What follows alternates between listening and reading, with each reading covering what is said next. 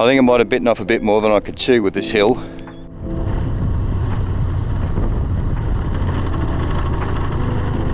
I was going to go to 80 Mile Beach, but it would have been even windier, and the access road was 9 kilometres of corrugated sandy shit.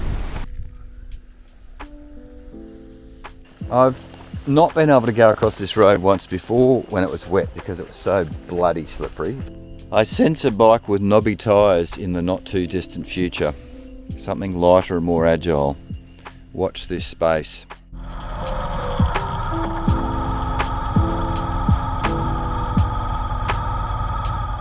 When I decided that the VFR was too much bike for me, which was quite a while ago to be honest, pretty much when I went across the Hell's Gate Road, I realised this is just not the bike for serious off-road travels. I realised it was too big, too heavy. I think a lot of us have had that realisation with big heavy bikes, but you know, we stick with them because we're men and we're not very smart about a lot of things, and we think that if we buy a small bike, people will judge us for buying a small bike. We're not manly enough. So what I did is I checked the size of my manhood, realised it was perfectly adequate. I decided to buy a middleweight / lightweight bike. I made up a list of potential bikes that could fit that category. They included such things as DR650. I owned one back in the day, I had a DR650 RS, but that's a story for another video.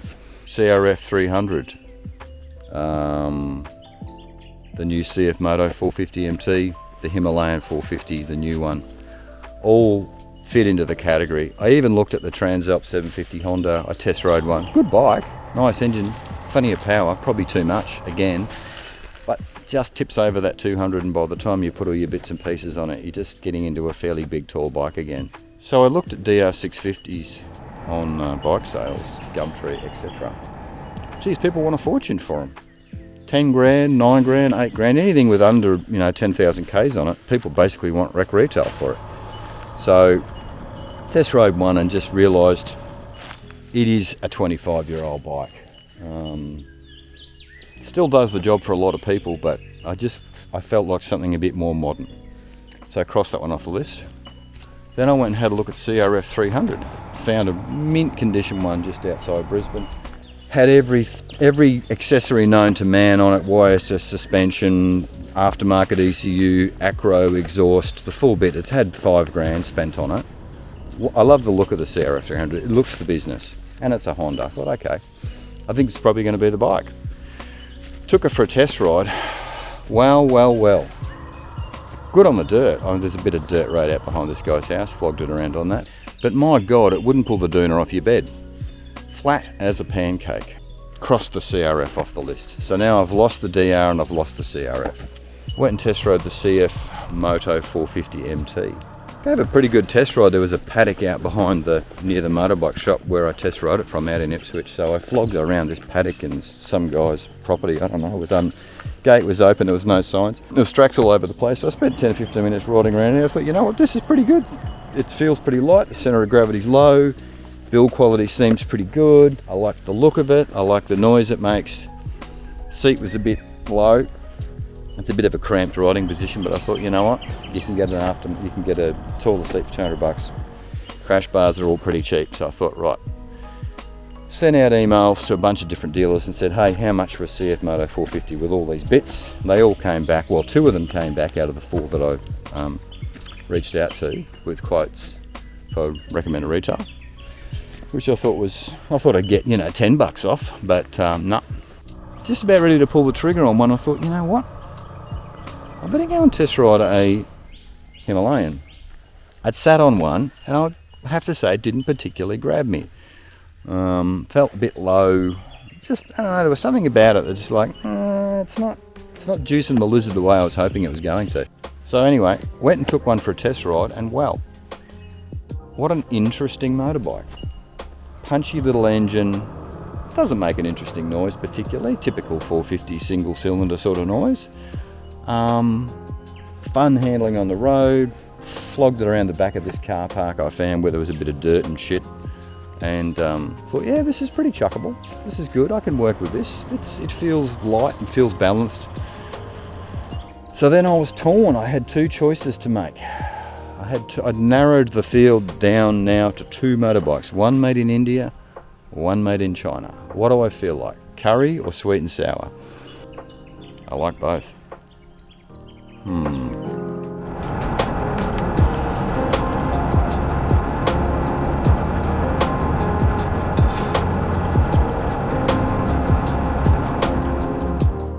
Well, here we are beside a shed near a trailer, picking up the new boy, I haven't figured out what gender it is yet, the Himalayan 450 in Kamet white with tubeless rims. Bit of a rare beast, these ones. You don't see too many of the tubeless ones, but that's what I decided to go with. I bought it from this gentleman here, Brett. Ooh,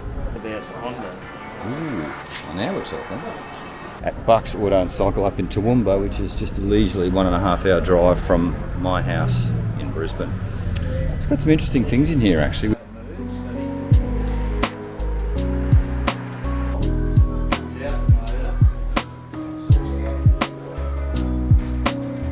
Oh, really?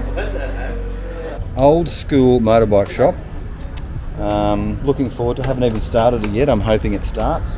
So I'm going to jump on now and start running it in, I suppose. I haven't had to run in a motorbike for a very long time. Let's fire it up and see how it goes. Actually, let's just do it now. Turning it on. And I think this is the start button here. Oh, it's making a noise.